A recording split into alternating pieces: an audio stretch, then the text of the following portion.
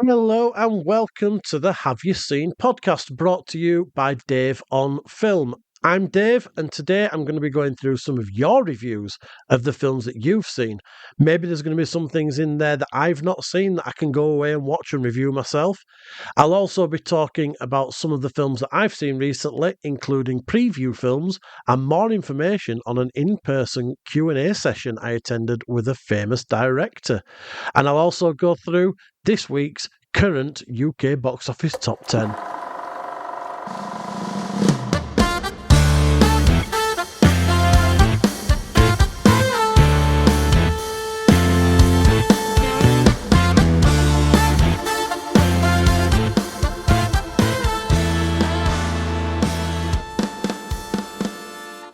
I'd like to thank you all for downloading and listening to this podcast. If you've not done so already, you can give me a subscribe and share to spread the word. And you can comment wherever you're listening to this, or you can email me direct on daveonfilmreviews@gmail.com. Alternatively, just drop me a message on any of my socials, which are all in the description of this episode. So first up, let's go through the films that you've been watching and taking the time to review. So I really appreciate people getting in touch. It's really good to see people engaging and telling me the films that you've been watching and give me your thoughts. All these reviews have all come in to me, people who've sent them in. And we're going to start up with Dan Griffin, who has sent a couple of reviews in. So the first one he sent is for the 2024 film Queen of the Ring. It says 2024, but I think it actually came out last year. I think it was touted around some of the festivals, first of all. So this is what Dan says about Queen of the Ring. He says, superb telling of Mildred Burke's rise to stardom. Emily Bett Ricard shines throughout. Camille is a menacing foil playing June Byers, and Josh Lucas plays an excellent bastard promoter in Billy Wolfe. An incredible story of a pioneer athlete told very well. Yeah, Dan, I've seen Queen of the Ring, and obviously as a wrestling fan, I was very intrigued. I didn't know much about the story of Mildred Burke. Obviously, there's a few characters in there who pop up who we probably know a little bit more from being WWE fans.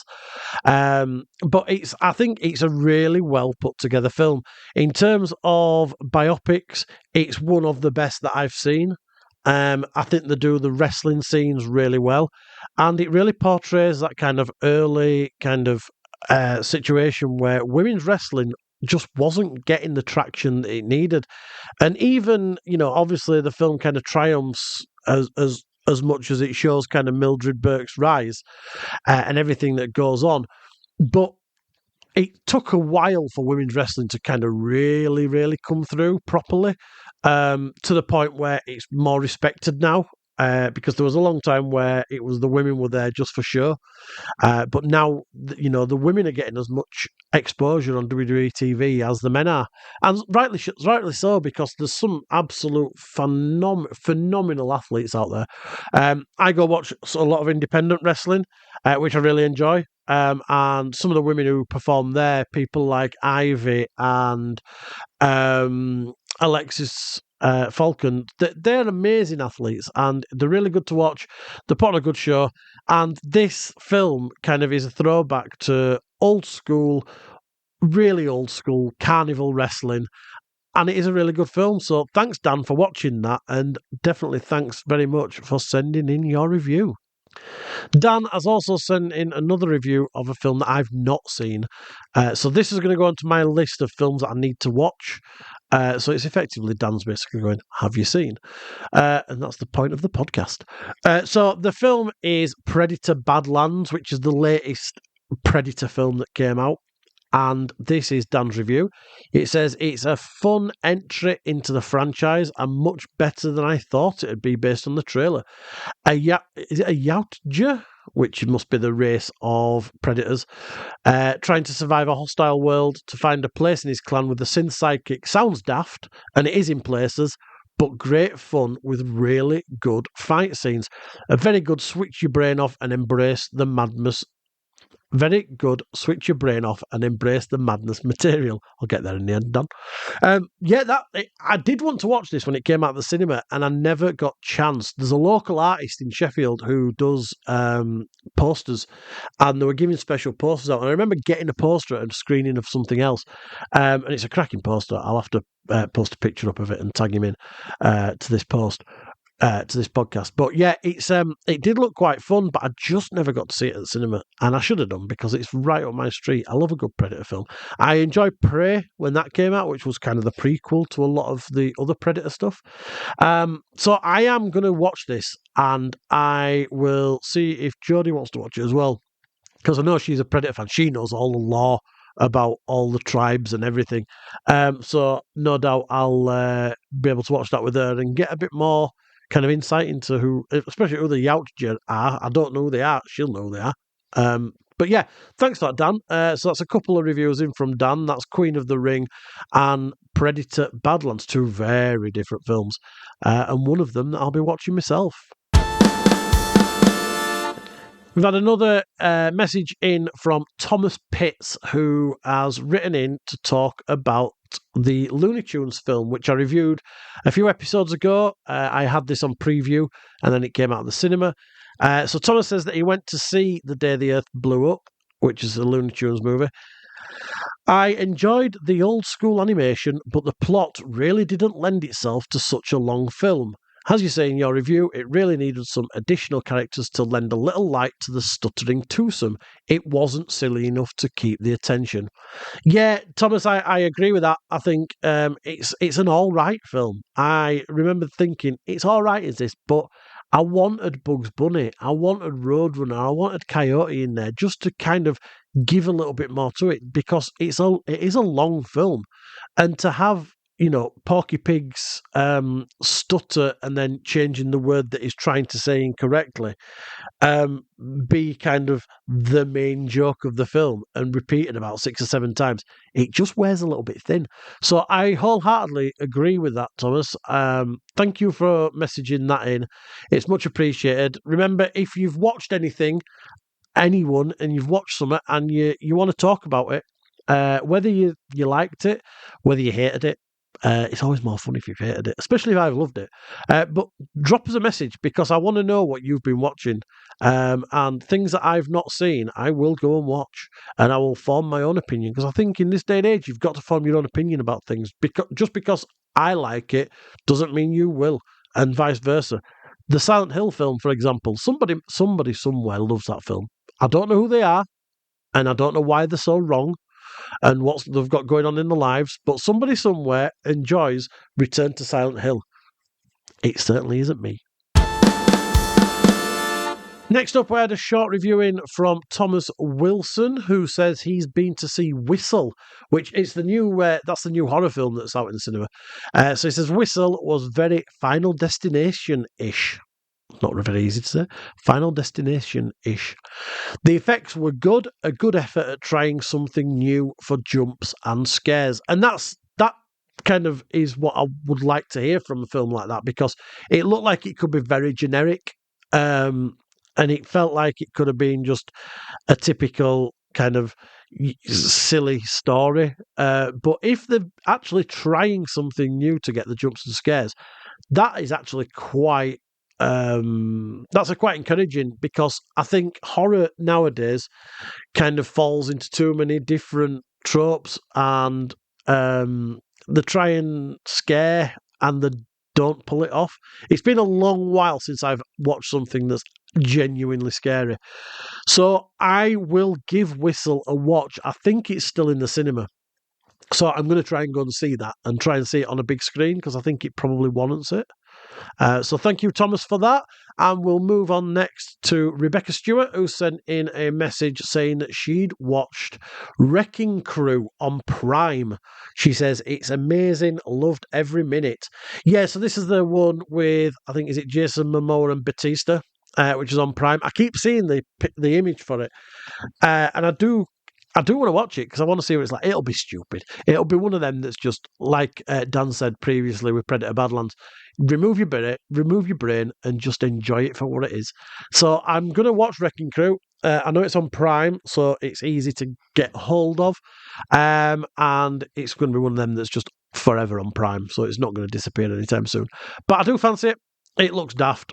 I expect it to be daft, and I'm going to go into it fully committed to just enjoying the daftness. So thank you, Rebecca, for that. That's very much appreciated. It's good just to get opinions from people. Everyone seems to be enjoying stuff apart from Thomas, who didn't like Day the Earth Blew Up. But yeah, we'll move on. We got another email. So I got this one. This is quite a decent email now from James Gaunt. So there's a film that came out not long ago called Song Sung Blue, which is the biopic of it's a Neil Diamond impersonator, and it's a true story. I knew nothing about it, so I've seen it and I went into it knowing nothing about it. What I'll do is I'll read James's email first, and and then I will kind of give my opinion on it. So here we go. So James says, I went into this film expecting more of a musical vibe, but what I got was something far deeper and far more real than I anticipated. When it finished, I felt a bit of everything: inspired, emotional, thoughtful, surprised, nostalgic, and motivated. It genuinely took me on a journey. I felt like I was on the ride with them the whole time. Without giving anything away, there are a lot of surprises in this film. What really stood out for me was how it dealt with addiction. It wasn't dramatised or sensationalised, it felt truthful and honest.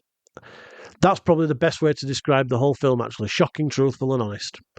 Mike and Claire come across as completely real people. Likeable, relatable, brave, flawed at times, just human.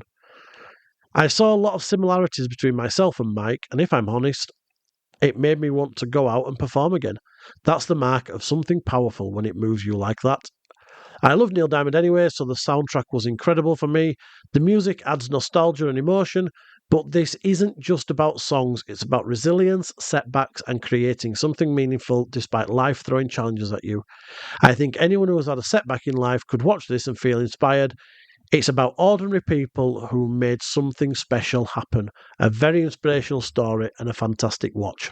James, thank you for that. That is a cracking review of Song Sung Blue. And Song Sung Blue is one of those films that I did not expect to be as good as it was.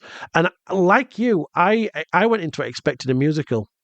So when I first saw the trailer, at first I thought they were doing that. I thought that Hugh Jackman was doing a Neil Diamond biopic, but it's not. He's doing a biopic of somebody who impersonates Neil Diamond, and it's the story of him and how he met his wife, and the tragedy that strikes, and kind of how people deal with that tragedy in different ways. Now, in the at the BAFTAs, was she nominated at the BAFTAs? Kate Hudson's nominated for an award. It were either for a BAFTA or it may be for an Oscar for Best Actress. And I would not begrudge Kate Hudson getting that award because she puts in a performance in this film that is absolutely phenomenal. Like I say, I like you, James. I thought that this film was going to be a completely different type of film. I thought it was going to be, I don't know, I felt like it was going to be more Greatest Showman than what it actually was. And the music in the film is used to drive the kind of the emotional charge that's kind of been building up between everybody. And they use the Neil Diamond songs really well, and the songs obviously that she sings as well. I mean, Kate Hudson's singing voice is phenomenal. She's, I mean, Hugh Jackman's good in it, but he's good in everything, and he plays that part really well. And it feels like he's cherishing the role and really enjoying himself. But Kate Hudson takes it to a whole new level I did not expect. And she is phenomenal in it. And like I say, James, that if a film can inspire you that much that it's making you think about getting back into performing, then that is a really good thing that the movie industry brings to people. It inspires people, and it makes people want to do things and see that they can go out and do things. And I know a lot of it is kind of a lot of films are dramatized, but this is a dramatization of a real story. So the inspiration is there, and I'm really pleased that you got that out of it, James. Because I don't think there's enough people singing the praises of Song Sung Blue. I think it is probably one of the best films that I saw last year. I think I reviewed it on an earlier podcast, so you might want to go back to that. As well from when it was in the charts. But yeah, Songs in Blue is a cracking film if you can get to see it. And James, I want to thank you for sending in that review. It's really appreciated, especially like hearing a really heartfelt review like that. So it's good to see that the film has kind of touched you as well. And thank you very much.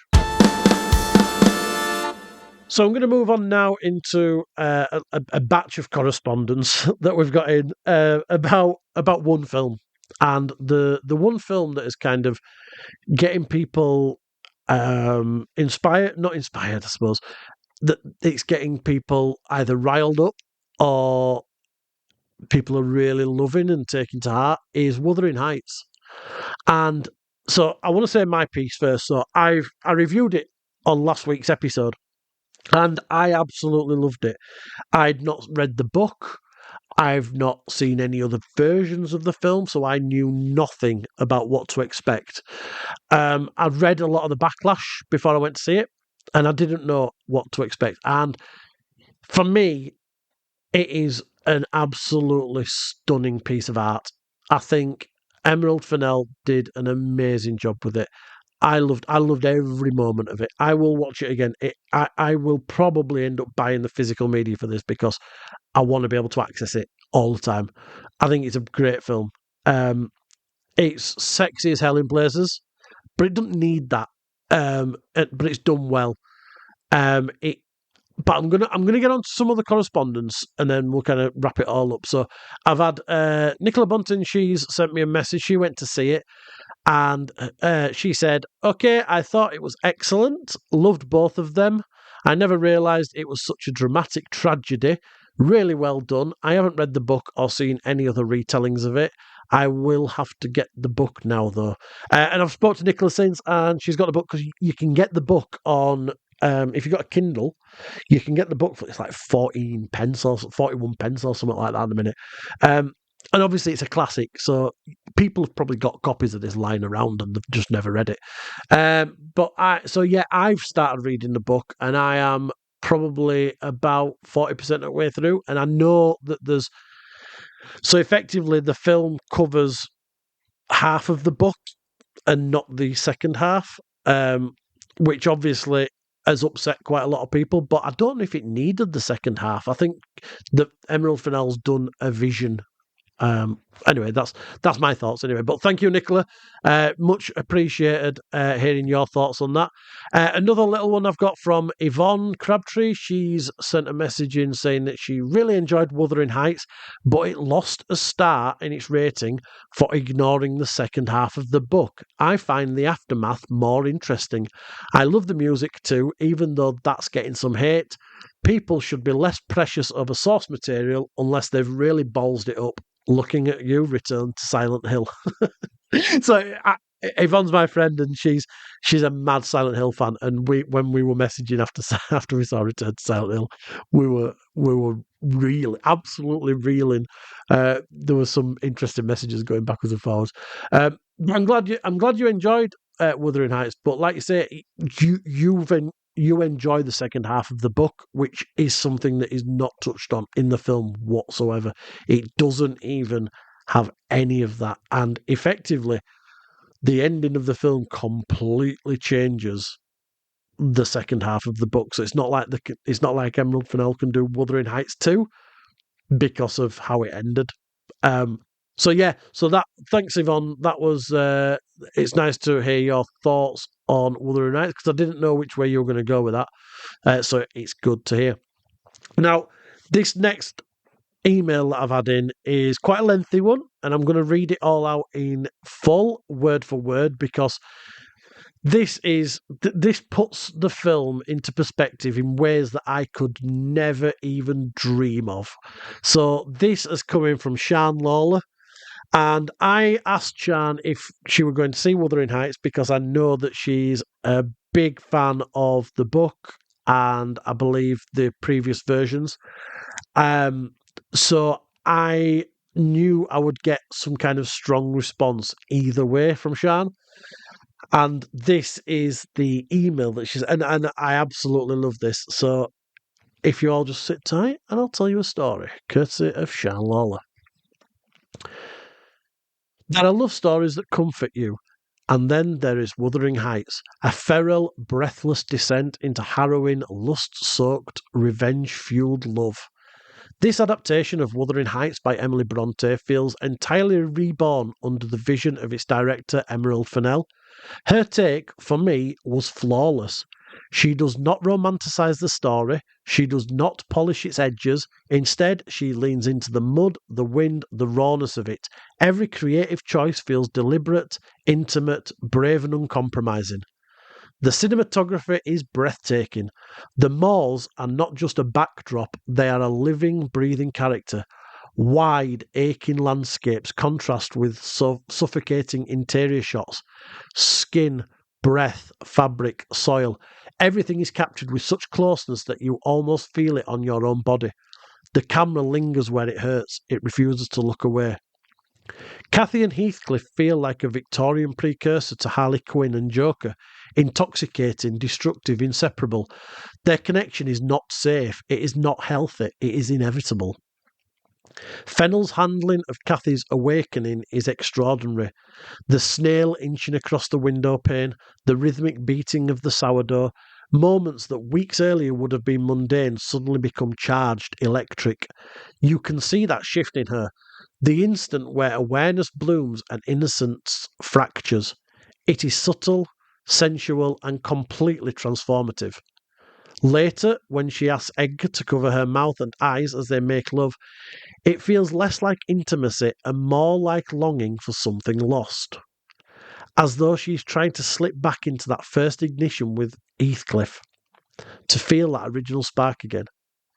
It's heartbreaking because it reveals how deeply he imprinted himself on her. And then that scene. So I just want to caveat, before I carry on with this, there are spoilers here for the film and the book. So I'm just going to carry on with Sian's email. And then that scene. When Cathy dies and Heathcliff begs her not to leave him, do not leave me in this abyss where I cannot find you. It's not composed grief, it is collapse. The word abyss feels vast and bottomless, and the performance matches it. You feel him falling. Equally devastating is Edgar's quiet apology to Heathcliff after her death. No theatrics, just shared devastation. It is restrained and painfully human. Visually, some moments border on genius. The skin room scene is intimate and haunting, and that tear rolling down the wall past her freckle as she dies. It's such a small detail, yet it feels monumental. The director trusts stillness. She trusts silence, and it works. This film does not want you to feel comfortable. It wants you to ache, and it succeeds. It is still sitting heavy in my chest. My heart hurts for them, for the passion, the destruction, the awakening, and the love that could never exist peacefully in their world. Wow. That when I read that email that came in from Sian, I felt every single word of that. That kind of sums up how I feel about the film, but I could never put into into words my feelings the way that Sian does. That is such a fantastic review of the way that film makes Sian feel, and I feel that.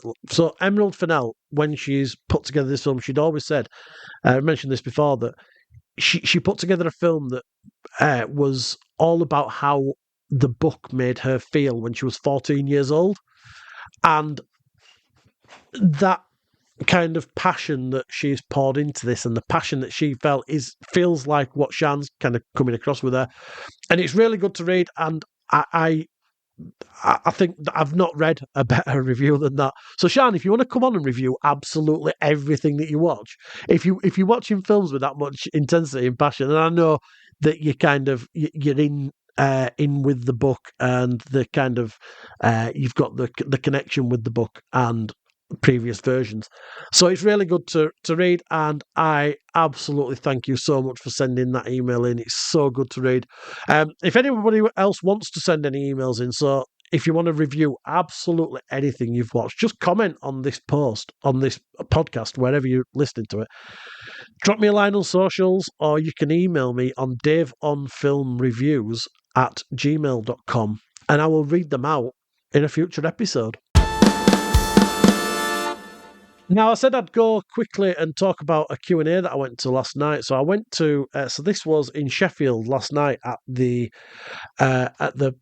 showroom cinema. They did a special Q&A with director Ben Wheatley, who you may know from, who directed and wrote a film called Sightseers, Free Fire, and he was even the director of Meg 2.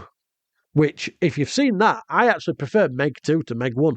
And I think it's because of the kind of humour and everything that Ben Wheatley brings to the film. Now, he has a new film out called Bulk, which is like nothing I have ever seen in my entire life. So this film is... it's only going to get released on physical media. There's going to be like a numbered edition first release of Bulk, and the only way to watch it in the cinema is on one of these. So he's been touring around the country and showing it in the cinema, and to say I watched a film in the cinema last night is probably the wrong way of going about it. I experienced a film in the cinema. And that's kind of the only way you can describe a film like Bulk. So it's a very low budget film. It's only 90 minutes long. And just to give you a bit of context, as we went into the cinema, there was like a screensaver on the screen that was linked to the film, and it were all kind of like weird portals and wavy lines and stuff, and like there was like a subliminal, not subliminal, but like a bit of music playing over it that was really like it was like transient and different. And I've never seen that before, and I know that this is it was a special screening, but I think that should be on before this film, if it's ever shown anywhere. I'm kind of hoping that that's kind of the DVDs like screens when you put it on, it's just showing that over and over again.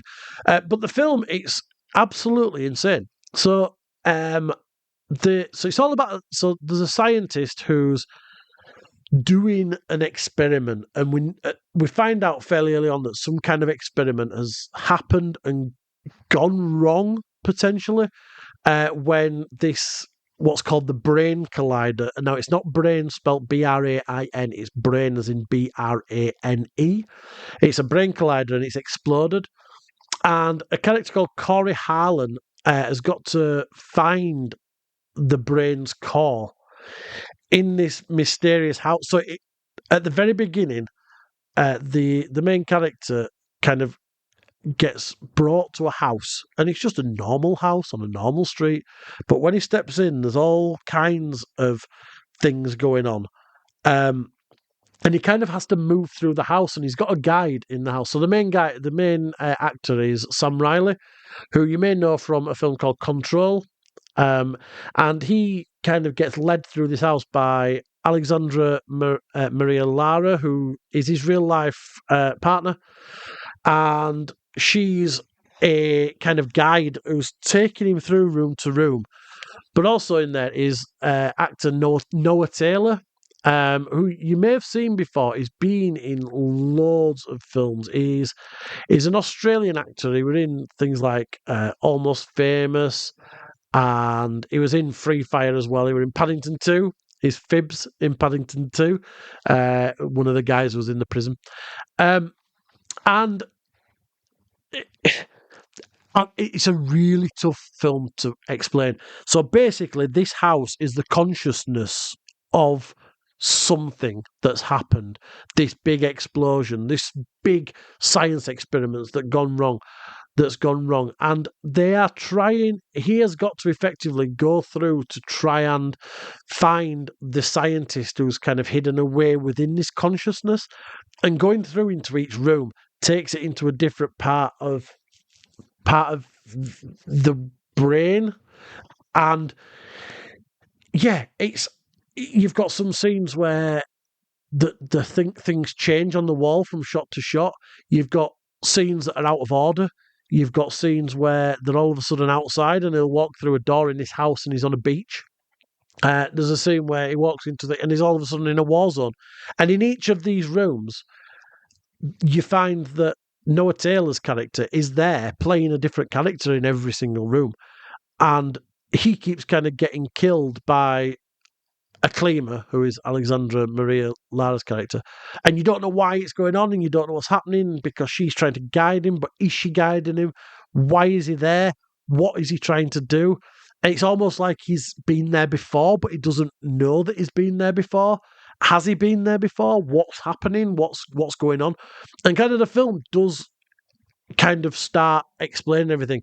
The problem is it doesn't explain anything, and it explains nothing.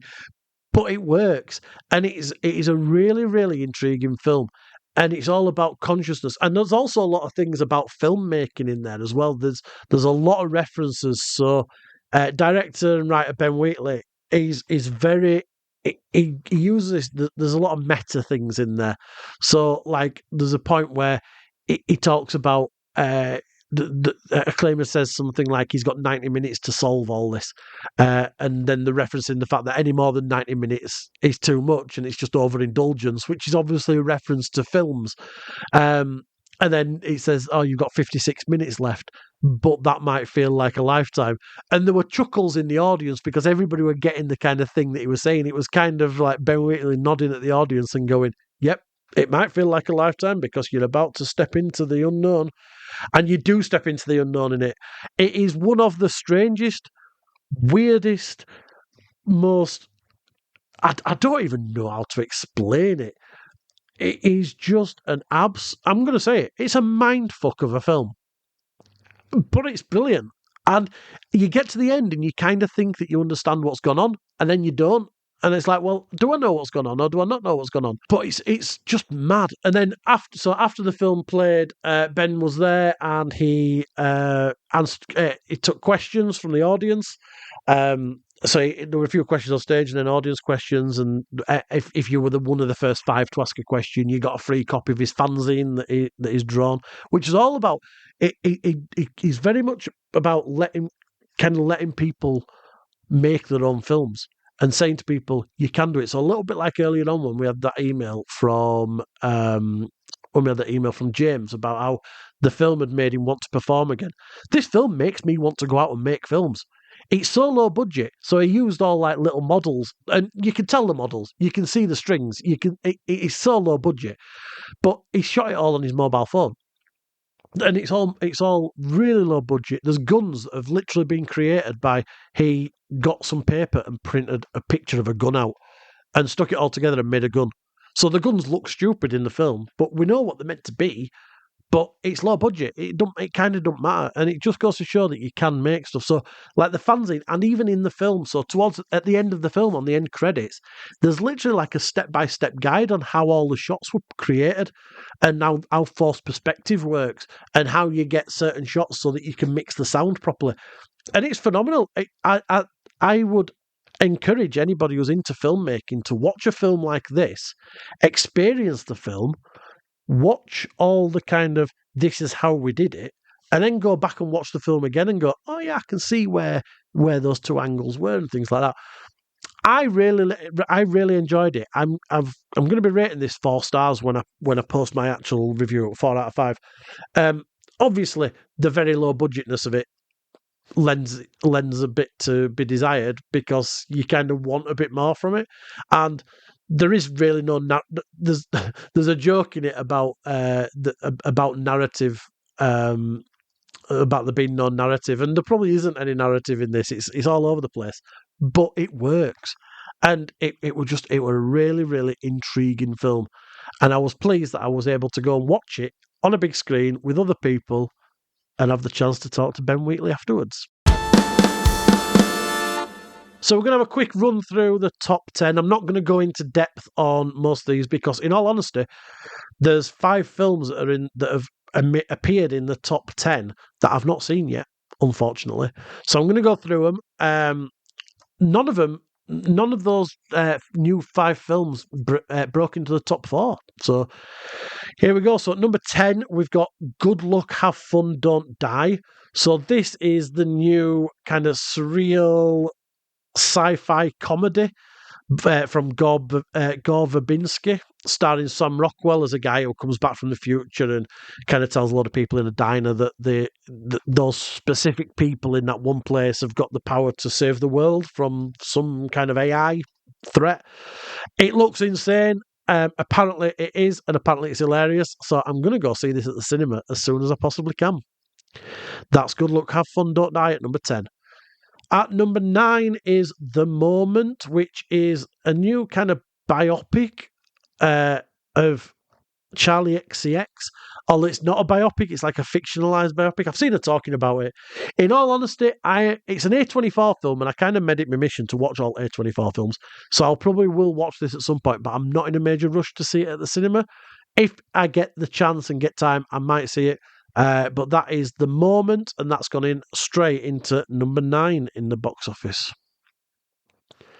Number 8 is Waste Man, which is a prison drama, a British prison drama, starring David Johnson, who was the rising star at the BAFTAs last year, I think it was. And it's a prison drama. It looks quite gritty. It looks quite nasty. And it's meant to be quite unnerving. I do want to see it. Whether I get to the cinema again, unfortunately, I'm not sure I'm going to get a chance, but we will see if I get to see that. But that is Waste Man, and that is number 8. At number 7 in the charts is Send Help. So this has been in the top 10 for 3 weeks now. I reviewed it on a previous episode, so you can go back and listen to that. Its basic story is girl who's underappreciated in the office, arsehole boss, plane crashes, they both end up on a desert island. She's mad into Survivor, the TV series. She knows what to do. He doesn't. He needs her more than she needs him. And it all kicks off, and it properly kicks off. It's gory. It's fun. It's a typical Sam Raimi film. If you want a good, fun night out, go see Send Help at the cinema. You won't regret it. And that is at number 7. Number 6 is Cold Storage. So this is a new one that I've not seen, and I've heard really odd reviews of it. I've heard some saying it's great and some saying it's the biggest pile of crap they've ever seen. And it's almost like they've just thrown it together and it's not that good.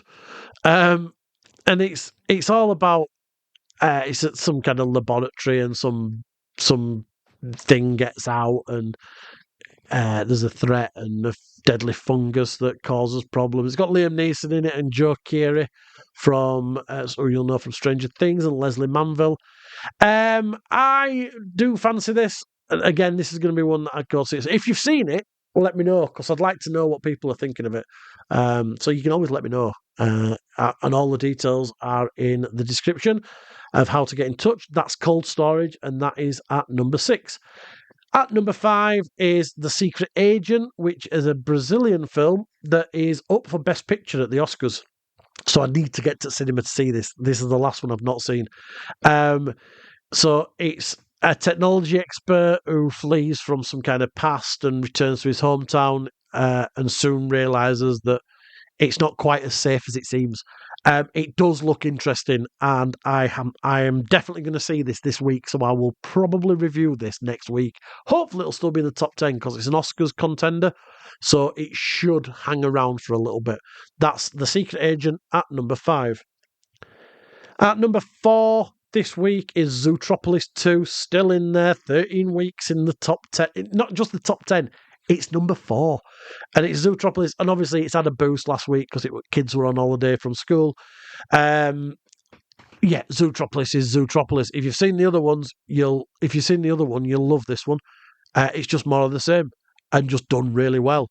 Fantastic animation, really funny, bit in there for adults, bit in there, loads in there for kids, loads for adults.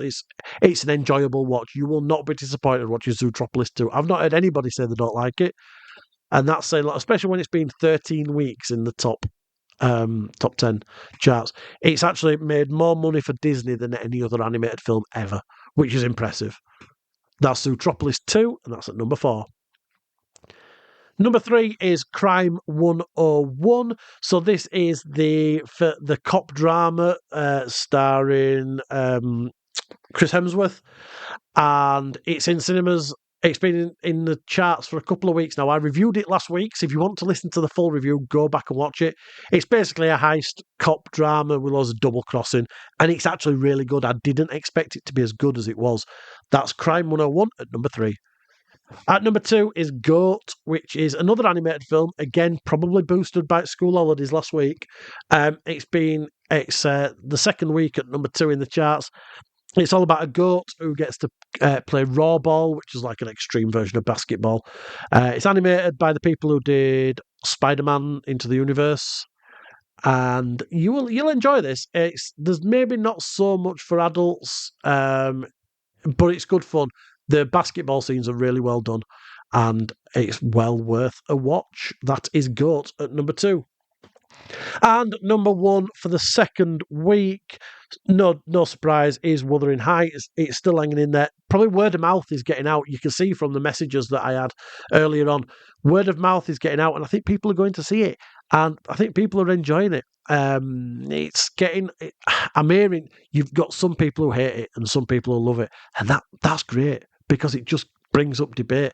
Did you see Wuthering Heights and hate it? Tell me, because everybody who I spoke to seems to love it, who I've spoken to personally. But maybe you didn't like it. Maybe you really hated it.